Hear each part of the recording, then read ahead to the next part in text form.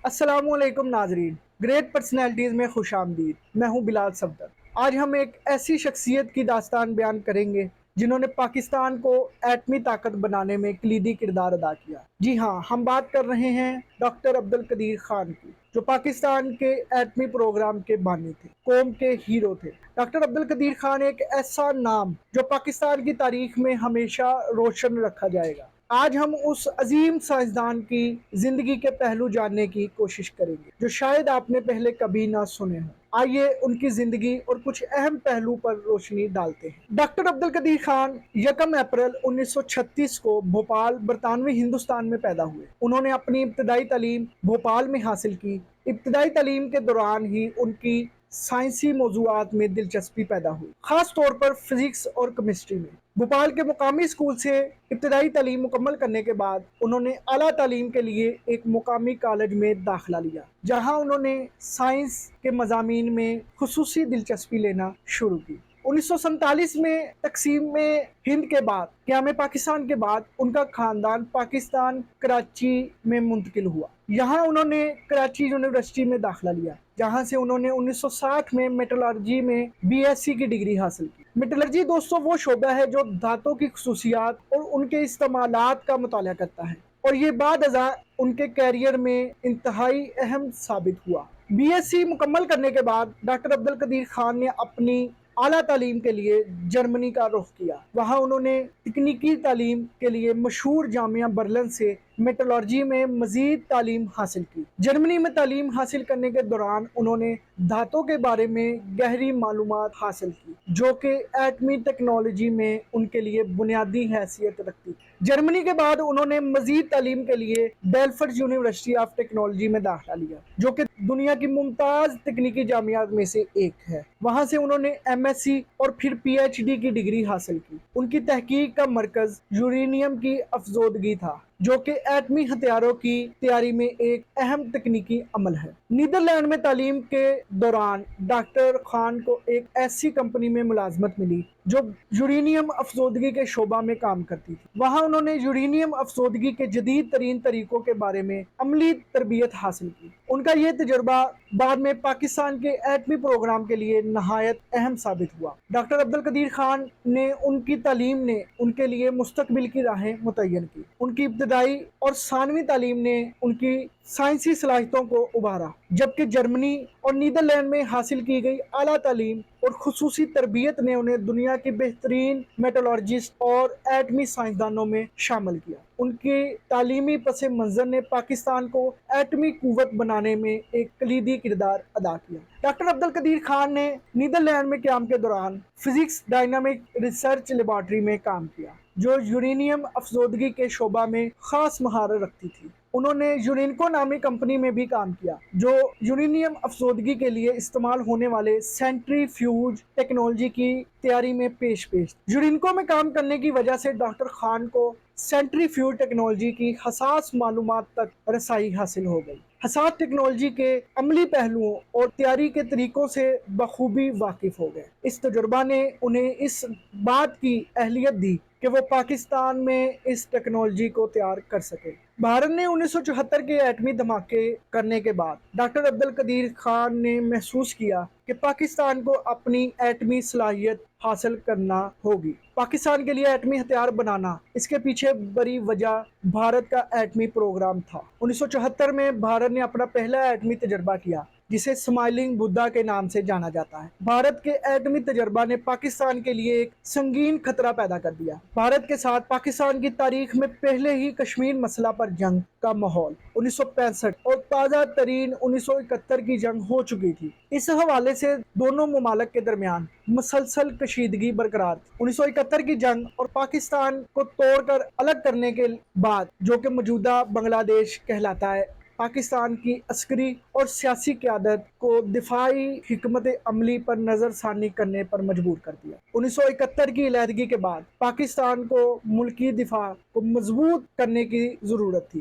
ताकि मुस्तकबिल में ऐसी हालात दोबारा पेश ना आए। एटमी हथियारों की तैयारी मुल्की खुद मुख्तारी और दिफाई हिकमत अमली का एक लाजवाल हिस्सा है। एटमी हथियारों की मौजूदगी एक किस्म की डेटरनेस फराहम करती है, جس کا مطلب یہ ہے کہ دشمن کو حملہ کرنے سے روکا جا سکتا ہے۔ ایٹمی ہتھیاروں کی تیاری نے پاکستان کو اس قابل بنایا کہ وہ بھارت کے ممکنہ حملوں کے خلاف مؤثر دفاع کر سکے۔ یہ حکمت عملی ڈیٹرنس کے نظریے پر مبنی تھی، جس کے تحت دونوں ممالک ایک دوسرے پر حملہ کرنے سے گریز کرتے ہیں۔ پاکستان کے لیے ایک اور محرک اسلامی دنیا کی پہلی ایٹمی طاقت بننا عزم بھی تھا۔ اس مقصد نے پاکستان کو نہ صرف اپنی قومی صلاحیت کو مضبوط بنانے پر مجبور کیا، بلکہ اسے عالمی سطح پر اسلامی دنیا کے لیے مضبوط نمائندہ کے طور پر بھی پیش کیا۔ پاکستان کے ایٹمی پروگرام کو اسلامی دنیا میں بڑے پیمانے پر حمایت ملی اور اسے اسلامی دنیا کے دفاع کے لیے ایک علامت کے طور پر دیکھا گیا۔ پاکستان ایٹمی طاقت بننے کے پیچھے ایک عالمی سطح پر دوہرا معیار بھی تھا۔ مغربی طاقتیں جو کہ بھارت کو ایٹمی پروگرام کے لیے مدد فراہم کرتی تھی، لیکن اس کے برعکس ان کا پاکستان پر سخت پابندیاں عائد کرنا، ان کے غیر منصفانہ رویے نے پاکستان کی قیادت کو مجبور کیا کہ وہ اپنے دفاع کے لیے اقدامات از خود کر سکے۔ ایٹمی ہتھیاروں کی تیاری نے پاکستان کو نہ صرف اپنے دشمنوں سے محفوظ رکھا، بلکہ اسے بین الاقوامی سطح پر ایک مضبوط ملک کے طور پر بھی پیش کیا۔ 1975 میں ڈاکٹر خان نے اپنی ملازمت اور نیدرلینڈ کی زندگی کو چھوڑ کر ایک قومی مشن کے تحت پاکستان واپس آئے۔ 1975 میں پاکستان واپس آئے اور پاکستان کے جوہری پروگرام کی قیادت سنبھالی۔ ڈاکٹر خان نے انجینئرنگ ریسرچ لیبارٹری، جو بعد میں کوہوٹا ریسرچ لیبارٹری کے نام سے مشہور ہوئی، کی بنیاد رکھی۔ کوہوٹا کے علاقے میں واقع یہ لیبارٹری ایک خفیہ مقام پر قائم کی گئی تاکہ اس کا کام کو عالمی سطح پر راز میں رکھا جائے۔ ڈاکٹر خان کی ذہانت اور تجربات سے پاکستان نے 1980 کی دہائی کے آغاز میں کامیابی سے یورینیم کی افزودگی کا عمل مکمل کر لیا۔ یہ ایک اہم مرحلہ تھا کیونکہ افزودہ یورینیم ایٹمی ہتھیار بنانے کے لیے ایک خاص مواد ہوتا ہے۔ 1984 تک پاکستان نے اپنے پہلے ایٹمی ہتھیار کی تیاری مکمل کر لی تھی اور یہ انتہائی کم وقت میں ڈاکٹر خان اور ان کی ٹیم کی دن رات کی محنت کا نتیجہ تھا۔ لیکن اس کا تجربہ نہ کرنے کی بجائے اس وقت کے سربراہ جنرل ضیاء الحق نے فیصلہ کیا کہ ایٹمی ہتھیاروں کو خفیہ رکھا جائے تاکہ بین الاقوامی پابندیوں سے بچا جا سکے۔ یہ فیصلہ نہایت درست ثابت ہوا اور اس سے پاکستان نے بعد ازاں مزید ایٹمی ہتھیار تیار کر لیے جو کہ پاکستان کی سالمیت کے لیے نہایت ضروری تھے۔ 11 اور 13 مئی 1998 کو راجستھان کے بوکھران کے مقام پر بھارت نے 5 ایٹمی دھماکے کیے، جس نے پاکستان کے لیے ایک سنگین خطرہ پیدا کر دیا۔ پاکستان کی قیادت، عوام اور فوجی قیادت کے درمیان یہ احساس پیدا ہوا کہ اگر پاکستان نے فوری طور پر جواب نہ دیا تو ملک کی سلامتی کو شدید خطرہ لاحق ہو سکتا ہے۔ پاکستان کے پاس پہلے ہی ایٹمی صلاحیت موجود تھی جس کا کھلا اظہار نہیں کیا گیا تھا۔ بھارت کے دھماکوں کے بعد پاکستان پر بین الاقوامی دباؤ تھا کہ وہ ایٹمی دھماکے نہ کرے، لیکن اس وقت کے وزیر اعظم میاں محمد نواز شریف صاحب اور ان کی حکومت نے ملک کے دفاع کے لیے ایٹمی دھماکے کرنے کا فیصلہ کیا۔ ایٹمی دھماکوں کی تیاری ایک طویل اور پیچیدہ عمل تھا جس میں کئی سائنسی اور تکنیکی مراحل شامل تھے۔ ڈاکٹر عبدالقدیر خان اور ان کی ٹیم نے پاکستان کے ایٹمی پروگرام کو اس مقام تک پہنچانے کے لیے نہایت اہم کردار ادا کیا۔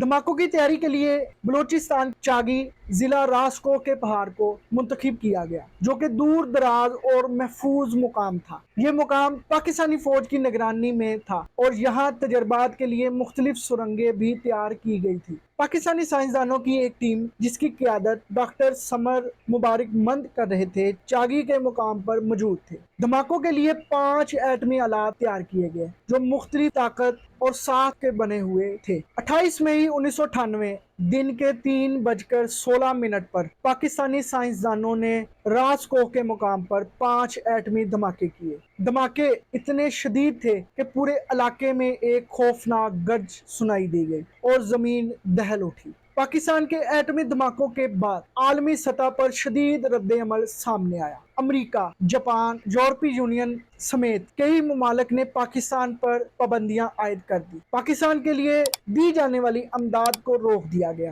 वर्ल्ड बैंक और IMF ने मालियाती पैकेजेस को रोक दिया। लेकिन इसके बरहक्स तमाम इस्लामी दुनिया और पाकिस्तानी अवाम की जानिब से एटमी धमाकों की भरपूर हमायत की गई। पाकिस्तान के लिए ये एक लम्हा फखरिया था, ये एक फख्र का मुकाम था जो कि डॉक्टर अब्दुल कदीर खान की काविशों से हुआ था। ये उन्हीं के मरहूने मन्नत है कि 28 मई 1998 को पाकिस्तान में योम तकबीर के नाम से याद रखा गया और ताक़यामत जब तक पाकिस्तान कायम व दायम है 28 मई को योम तकबीर मनाया जाएगा। 2004 में डॉक्टर अब्दुल कदीर खान पर आलमी सतह पर एक बड़े तनाज़े में घेरे गए, जिसके लिए मुल्की सालमियत और नहायत हसास राजदार होने की वजह से उनकी ज़िंदगी की सलामती के लिए उनको फौजी तहवील में रखा गया, जिस वजह से वो अवामी सरगर्मियों से काफ़ी दूर हो गए। डॉक्टर खान की सेहत मुसलसल खराबी आती रही। उन्हें मुख्तलिफ तिब्बी मसाइल का सामना रहा, जिनमें खून की बीमारियां और दीगर तिब्बी मुश्किलात शामिल थी। 2021 में उनकी हालत नाजुक हो गई और कोविड के ज़माने में 10 अक्टूबर 2021 को वो इस्लामाबाद में इंतकाल कर गए। डॉक्टर खान की वफ़ात के बाद पाकिस्तान में उन्हें एक हीरो और एटमी प्रोग्राम के मोमार के तौर पर याद किया गया। उनकी वफ़ात पर पाकिस्तान के मुख्तलिफ साइंसदानों, अवाम और दिफाई माहिरीन ने खराजे तहसीन पेश किया। उनकी आखिरी रसूमात रियासी एजाज़ात के साथ अंजाम दी गई। डॉक्टर अब्दुल कदीर खान की ज़िंदगी का इख्तिताम एक पेचीदा और मुतनाज़ा दौर में हुआ, लेकिन उनकी खिदमात और किरदार को पाकिस्तान की दिफाई तारीख में हमेशा याद रखा जाएगा। उनकी एटमी प्रोग्राम के क़याम में खिदमात ने पाकिस्तान को एटमी ताकत बना दिया और मुल्की दिफा की मजबूती में अहम किरदार अदा किया। आज की वीडियो में हमने डॉक्टर अब्दुल कदीर खान की ज़िंदगी के अहम पहलू और मुतासरकुन कहानी पर एक नज़र डाली। पाकिस्तान के एटमी प्रोग्राम